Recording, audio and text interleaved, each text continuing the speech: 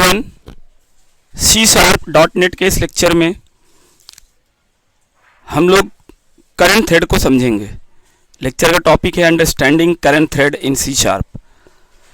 Current thread actually वो thread होती है जो करंटली रन कर रही होती है। एक्चुअली हमने आपको बताया था कि अगर दो थ्रेड T1 T2 एग्जीक्यूट हो रही हैं तो जब T1 रन कर रही है तो T2 सस्पेंडेड है, और जब T2 सस्पेंडेड है और T1 रन कर रही है तो उस समय करंट थ्रेड T1 है, और जब T1 सस्पेंड है और T2 रन कर रही है मतलब T2 का जो कोड है वो एग्जीक्यूट हो रहा है तो T2 करंट थ्रेड है। मतलब करंट थ्रेड हम उस थ्रेड को कह सकते हैं या कहते हैं जो थ्रेड करंटली रन कर रही होती है, जिसके कोड करंटली एग्जीक्यूट हो रहे हो। जो सस्पेंडेड है वो करंट थ्रेड नहीं है। तो current thread is a thread which is executing currently, मतलब जिसका टर्न है, जिसको सीपीयू की अटेंशन मिली हुई है वो करंट थ्रेड है। मतलब सीपीयू जिसके इंस्ट्रक्शन को एग्जीक्यूट कर रहा है वो करंट थ्रेड है। ओके, इसके साथ साथ मैं आपको एक बात और बता दूं। एक्चुअली जब मेरा प्रोग्राम रन करता है तो उसमें मेन भी तो एक थ्रेड है। अगर हम अपने आप को पिछले एग्जाम्पल के बारे में समझाएं तो पिछले एग्जाम्पल में मैंने दो मेथड बनाए थे, मेथड 1 और मेथड 2। मेथड 1 भी 10 बार चल रहा था, मेथड 2 भी 10 बार चल रहा था। आज मैंने मेथड 1 को 5 बार चला दिया, i 1 से लेके 5 तक, और मेथड 2 को 1 से लेके 10 तक चला दिया। नो प्रॉब्लम, दोनों को हम 10 कर सकते हैं, उसकी कोई वो नहीं है। मतलब दोनों 10 टाइम चल सकता है, दोनों तो भी कोई प्रॉब्लम नहीं है। फिर हमने T1 ऑब्जेक्ट बनाया मेथड 1 को एसोसिएट करके, T2 ऑब्जेक्ट बनाया मेथड 2 को एसोसिएट करके, और T1 T2 को स्टार्ट कर दिया। मतलब T1 चल रही है, फिर 1 सेकंड बाद T2, फिर 1 सेकंड बाद T1, फिर 1 सेकंड बाद T2, ऐसा हो रहा है। आज मैंने क्या किया, मेन के अंदर भी एक लूप लगा दिया, for i = 1 i <= 15 i++ और console.write माई मेन i। अब देखिए आज 3 थ्रेड है, एक क्या है, एक T1 एक T2 और एक मेन है। मतलब पहले T1 चलेगी, फिर T2 चलेगी, फिर मेन चलेगा, फिर T1 फिर T2 फिर मेन, फिर T1 फिर T2 फिर मेन। मतलब जो स्विचिंग है 3 जगह होगी, T1 पे, T2 पे और मेन पर। तो मेन भी हमारी एक थ्रेड है और मेन पेरेंट थ्रेड है। मतलब मेन पहले स्टार्ट होती है, उसके बाद T1 T2 स्टार्ट होगी। हाँ, स्टार्ट पहले होगी मेन, अब टर्न सबका अलग अलग आता रहेगा। मतलब पहले मेन स्टार्ट होगी, फिर T1 T2 स्टार्ट होगी और फिर स्विच होने लगेगी। मतलब स्विचिंग T1 से T1 T2 main, T1 T2 main ऐसे होने लगेगा। ओके, तो मेन भी मेरी एक थ्रेड है जो साइमल्टेनियसली T1 T2 के साथ एग्जीक्यूट होगी। अब इसके आउटपुट को आप समझिए। मेथड 1 में लूप मैंने 5 टाइम लगाया, मेथड 2 में 10 टाइम और मेथड मेन में मैंने 15 टाइम। तो ये इनकी लाइफ साइकिल को भी बताएगा, कौन सा कब एंड हुआ, कौन सा कब डेड हुआ। मैं रन करा के दिखा रहा हूँ आपको। पहले देखिए मेथड 1 फिर माई मेन, फिर मेथड 1 फिर माई मेन, फिर मेथड 2, फिर मेथड 1 फिर my main, method 2 method my main, method 2 method 1, ऐसे चल रहा है।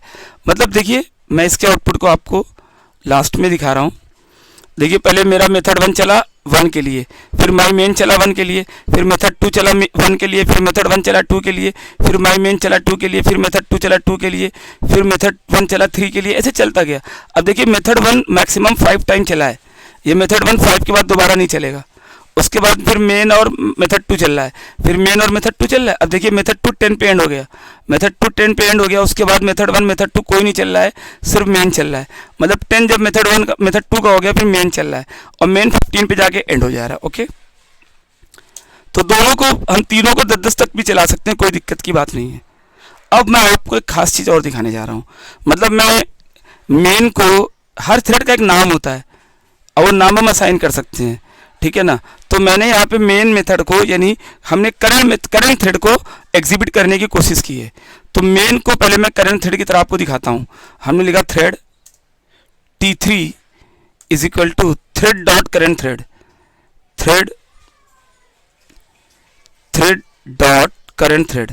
ओके, अब आप देखिए मेरा जो T3 है ये करंट थ्रेड है, मतलब थ्रेड डॉट करंट थ्रेड। तो करंट थ्रेड कौन सी है, मेन में जब ये वाला लूप चल रहा है हमारा i = 1 से लेके 15 तक वाला मेन वाला लूप जब चल रहा होगा, मतलब जब कंट्रोल मेन वाले लूप में होगा कहीं पे किसी टर्न पे, तो उस समय करंट थ्रेड कौन होगी, मेन होगी। और जब मेथड 1 में कहीं होगा तो करंट थ्रेड मेथड 1 होगा। जब हमारा कंट्रोल मेथड 1 में होगा तो मेथड 1 करंट थ्रेड होगा, और जब मेथड 2 में होगा तो मेथड 2 करंट थ्रेड होगा। ओके, तो मैं अभी आपको मेन का नाम सेट करके दिखाता हूँ। हमने लिखा t3.name, t3.name is equal to what, इसको मैं कोई नाम दे दूं, माने जिसको नाम मैंने दे दिया मेन, क्या नाम दे दिया मेन, ओके मेन दे दिया, कोई भी नाम दे सकते थे, मेरी मर्जी, मेन नाम दे दिया। अब यहाँ पर हम जो main message main my main को आधा मैसेज प्रिंट कराया ना, अब मैं ये हटा दूंगा, मैं यहाँ पे लिखूंगा क्या t3.name, t3.name, यानी कि जितनी बार इसका टर्न आएगा उतनी बार माई मेन नहीं प्रिंट होगा, बल्कि t3.name, t3 कौन है मेरी करंट थ्रेड है, और करंट थ्रेड इस कोड के अंदर कौन सी होगी, इस i=1 से लेकर 15 तक वाले कोड में कौन सी होगी करंट थ्रेड, मेन थ्रेड होगी, और उसका नाम ही मैंने मेन रख दिया, आप कुछ भी रख सकते हैं, रमेश सुरेश जो मर्जी, ठीक है। तो t3 मेरी चलेगी एज अ करंट थ्रेड, जब भी ये चलेगा तो t3 का, जब भी ये मेन वाला मेरा चलेगा लूप तो t3 का नाम आएगा, t3 के नाम में क्या है मेन है, देखिए रन कराइए, मैंने t3 का नाम मेन किया हुआ है, तो देखिए जहाँ पे भी मेरा t3 है मतलब मेन वाला उसका नाम ही मेन है, तो मेथड 1 चल रहा है, मेन चल रहा है, मेथड 2 चल रहा है, मतलब method 1 method 2 main, method 1 method 2 main, 3 method मेरे पास चल रहे हैं। हाँ मैं एक काम और कर सकता हूँ, वो काम ये है कि मैं t1 t2 को भी नाम दे दूँ, अभी देखिए करंट थ्रेड के मैं नाम दे रहा हूँ, t1 t2 को मैं नाम दे दूँ t1.name is equal to, t1 का नाम नेम प्रॉपर्टी मैंने सेट कर दिया, मान लीजिए कि 1 one, ओके 1, कुछ भी नाम दे सकते हैं, t2.name is equal to 2, okay. अब मैं जहाँ मेथड 1 को मैंने प्रिंट कराया है वह मेथड 1 नहीं बल्कि करंट थ्रेड का नाम, तो यहाँ पर आप मेथड 1 में आप ऐसे लिख सकते हैं इसको, you can write like this की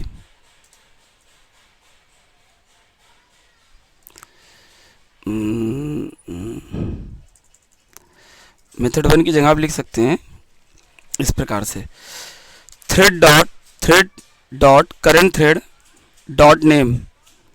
अब देखिए जो करंट थ्रेड का नाम है वो जब t1 मेथड 1 में चल रहा है एग्जीक्यूशन तो t1 का नाम आएगा, ओके नेम, फिर मैं इसको प्लस करके कॉन्कैटिनेट कर दूं मैसेज। इस बार आप देख रहे हैं मैंने नाम मेथड 1 नहीं प्रिंट कराया, करंट थ्रेड डॉट नेम, और करंट थ्रेड का जो नाम है वो प्रिंट हो जाएगा, नाम आपको पता ही है क्या है। अभी इसी प्रकार मैं मेथड 2 में भी इसके नाम को प्रिंट करा दूंगा। देखिए करंट थ्रेड कौन होती है, जिस थ्रेड ने फंक्शन को इन्वोक किया होता है वो करंट थ्रेड होती है।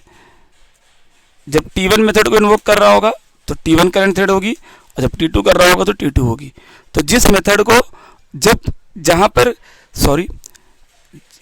करंट थ्रेड उस ऑब्जेक्ट को रिप्रेजेंट करती है जो करंटली मेथड को या थ्रेड को इन्वोक की होती है। तो मेथड 1 में करंट थ्रेड का नाम क्या आएगा 1, और मेथड 2 में 2 आएगा, क्योंकि मैंने t1 का नाम 1 कर दिया है और t2 का नाम 2 कर दिया है। तो इस तरह से आप ये जान सकते हैं कि थ्रेड की कुछ प्रॉपर्टीज में से एक प्रॉपर्टी और है जिसका नाम क्या है, नेम है।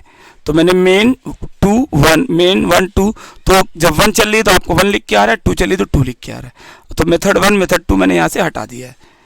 तो आप मेथड 1 को मेथड 1 को 1, मेथड 2 को 2 और मेन को मैंने मेन कह दिया है। तो इस तरह से मैंने आपको करंट थ्रेड और थ्रेड के नाम सेट करना सिखा दिया। तो करंट थ्रेड वो थ्रेड होती है जो करंटली रन कर रही होती है, जो सस्पेंडेड होती है वो करंट थ्रेड नहीं होती है, ठीक है ना। या ये कह लो जिसका कोड एग्जीक्यूट हो रहा होता है वो करंट थ्रेड होती है। तो जब t1 के लिए कोड एग्जीक्यूट हो रहा है तो t1 करंट थ्रेड है, और t2 के लिए कोड एग्जीक्यूट हो रहा है तो t2 करंट थ्रेड है, और t3 का यानी मेन का एग्जीक्यूट हो रहा है तो मेन करंट थ्रेड है। इस एग्जाम्पल में मेरे पास 3 थ्रेड हैं, और करंट थ्रेड कौन सी होती है, जो करंटली रन कर रही होती है, जो सस्पेंडेड होती है वो करंट थ्रेड में नहीं आती है। तो करंट थ्रेड मतलब जिसने मेथड को इन्वोक किया है, t1 ने जब इन्वोक किया है तो t1 करंट थ्रेड है, t2 ने इन्वोक किया तो t2 करंट थ्रेड है, t3 ने इन्वोक किया तो t3 करंट थ्रेड है। तो इस लेक्चर में हम इतना ही रखेंगे। Thank you.